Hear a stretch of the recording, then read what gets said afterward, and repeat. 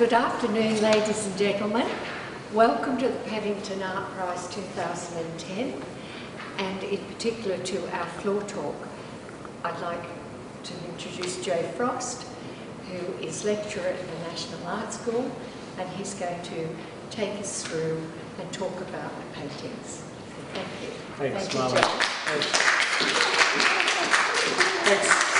Thanks for coming in. I'll just elaborate a little bit. I am a lecturer indeed, and I teach drawing and sometimes painting, although mostly drawing. But I'm a painter myself, and that's been my way into art, so the teaching aspect is very much a part of my weekly routine and my life, but I probably would count myself as an artist first and foremost, hopefully. And I do write a little bit about art as well. So that's how I've come to be doing these kinds of talks. But as an artist, I considered entering this prize, but I decided not to because I was already booked in to do the talk, and I thought it looked a bit,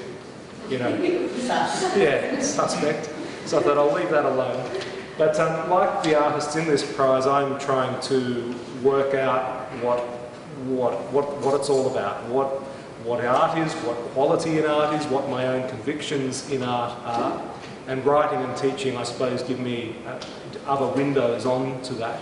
But I'm not going to pretend to be a completely detached observer here. I'm not going to be a critic either.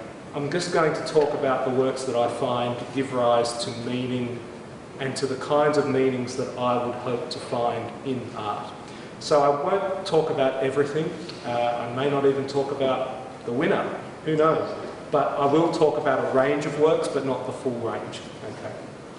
I'll leave it for others. I know that there's a floor talk next week, and so perhaps that will cover works I don't, but that's not my problem. Okay, so let's get started. And just I want to make a few general points to start about landscape painting.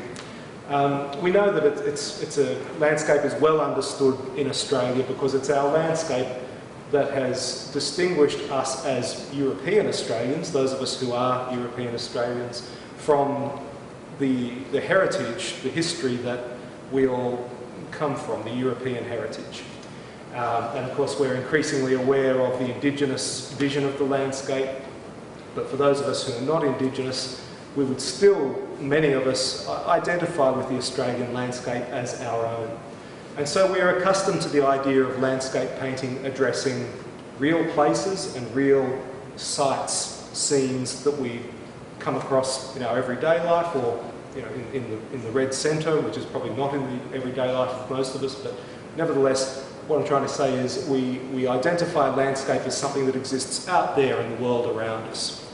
But to paint landscape is also to paint your own mind, and that's strongly apparent in any landscape exhibition, and especially here where the styles of painting, the approaches to painting are so varied. It's clear that every artist here is trying to follow, to look into themselves as much as look out at the landscape. In some cases, in fact, the landscape is hard to see in these works, and the painter's mind is very strongly apparent. But I'm going to, well, no, hang on, I'm getting ahead of myself now. I will get on to talking about particular works, but this thing of consciousness is very interesting. What is a particular artist aware of? And what do they choose to work with and to not work with in their work? I want to try to address that in talking about some of these works. I'm going to read to you a quote by an art critic from the early 20th century. His name is Adrian Stokes, and he was an English art critic from probably the 30s to the 60s. Not very well known today, probably not especially fashionable either. But he has some really interesting things to say about the artist's psychology and how that is manifest in the work that they make. How, by looking at the visible form of the work, we can almost enter the mind of the artist. And this is what he has to say. Our relationships to all objects in the world, seems to me to be describable in the terms of two extreme forms. The one, a very strong identification with the object, whereby a barrier between self and not self is undone. And the other, a commerce with a self-sufficient and independent object at arm's length. In all times except the earliest weeks of life, both of these relationships in vastly differing amalgams are in play together, as is shown, well, I'll leave it at that. So just to translate or think about that, he's basically saying that you can be immersed in the landscape and almost to the point at which you forget yourself and are simply carried along on a kind of rhythm or in a state of reverie, or one can stand back and be quite analytical. And he is saying that the child, in the first weeks of infancy, only has that aspect of standing back, of being immersed, and it's not until we reach adulthood that we have that capacity to stand back and analyse and I suppose be more objective about things. But he's also saying that those two qualities come together in art making, and I think that's especially true in landscape painting because there is a subject to which we give our attention.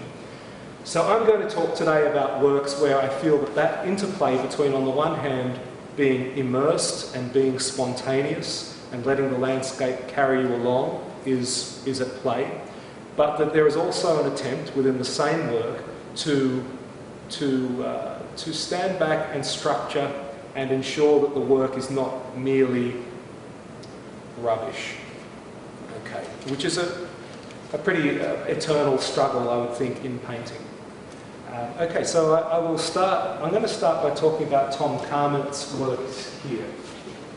Now, I'm in a privileged position to talk about these because I've just written an article about Tom Carmen that will come out in Artist Profile within a number of weeks. So I know Tom, and I've had the chance to talk to him about his work.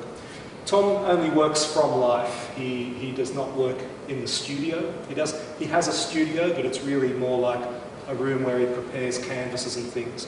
He goes out into the field, he sets up his easel, his watercolours, whatever he's working in, and he does do watercolours, oil paintings, pencil drawings. And I suppose he feels that he would like to tap into the mood of the day, and that's why he probably chooses not to work away from the subject. But to work away from it, to work in the studio, would be to actually lose that thread and bring in all kinds of false ideas and project those onto the work. So his work always has a feeling of being resolved on the spot. It's very fresh. And I find him a very interesting artist because he's not afraid to say, I'm utterly traditional. He's not afraid to, he's not trying to have an idea or even a style as such. It's more about giving over to that mood and trying to record that mood honestly. And I think he does that successfully. And yeah. I was talking at the start about spontaneity, and I mean, when you're working in the field, spontaneity is what it's all about. You set up your paints, you think that you're aiming for a certain thing, and then the light in the sky changes, or the clouds come over, and you have to be very nimble and very responsive to changes. It's interesting to wonder. I wonder how long these actually took. I don't know, but I can imagine that a little painting like this wouldn't have taken longer than 2 or 3 hours. Sometimes they might even fall together even quicker than that. So, yeah, he's somebody who would rather work quickly and make many small, fresh works than to labour over something and lose that quality.